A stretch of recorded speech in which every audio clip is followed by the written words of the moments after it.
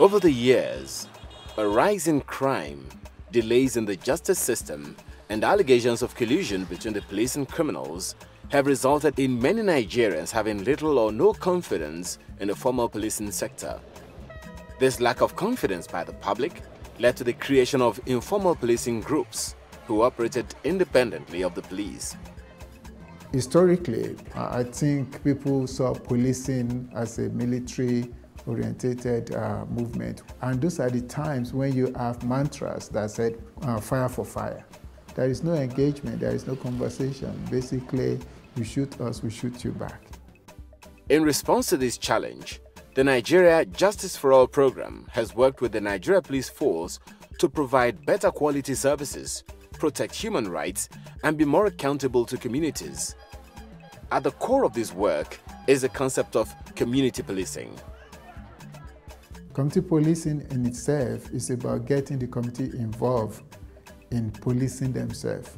What J4A has been able to do is to train people and to get the buy-in from the Nigerian police.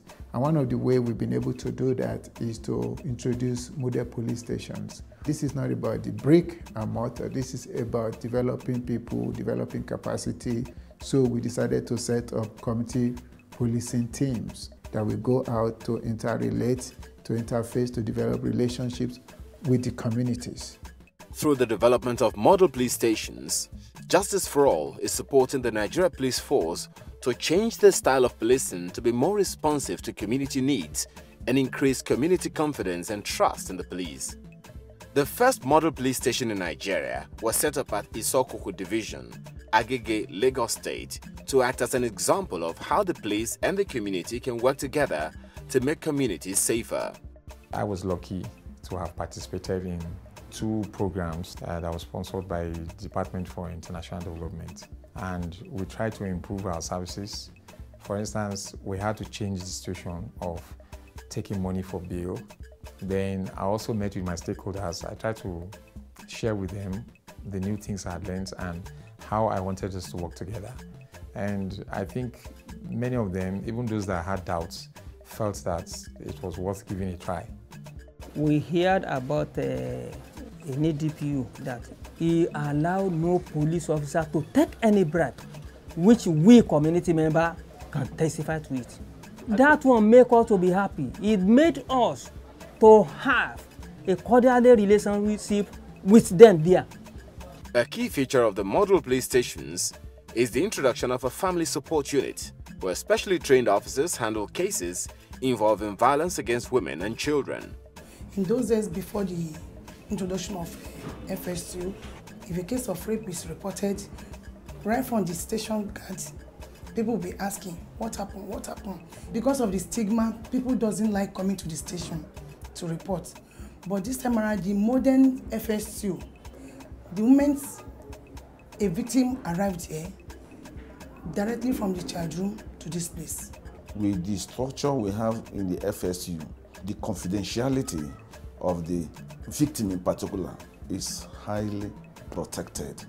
And if at the end of the day, the medical result proves that actually the victim was raped, certainly the case will be prosecuted. Within the communities, community accountability forums have been created where members of the community meet regularly with the police, and the focus is on addressing safety and security needs of the community. Their aim is to encourage strong partnerships and joint problem solving. As part of fostering partnership between the police and the community, former vigilante groups now operate as the volunteer police service, partnering with the formal police to keep communities safe. Before model police stations was inaugurated or was introduced, there have always been community groups who feel that the police were not doing their job. But when model police station came in, then there is this need to engage those people. They now are trained to work with the police. Community policing has now been adopted by the Nigeria Police Force as the foundation and driving force of the Policing Reform and Restructure Program. And currently, there are 12 model police stations with over 100 replication sites spread across 7 states in the country. What we expect to happen is for the Nigerian government to come in to look at the success of the model police stations and to assist in replicating them, because the real reason you have model police stations, just like in model schools, is for people to look at it, to assess it, and to say, this works, so can we get more of this? Policing in Nigeria is changing, and the newfound collaboration between the formal and informal policing systems is yielding positive results. There is increased trust and confidence in the police, and the citizens now feel more secure.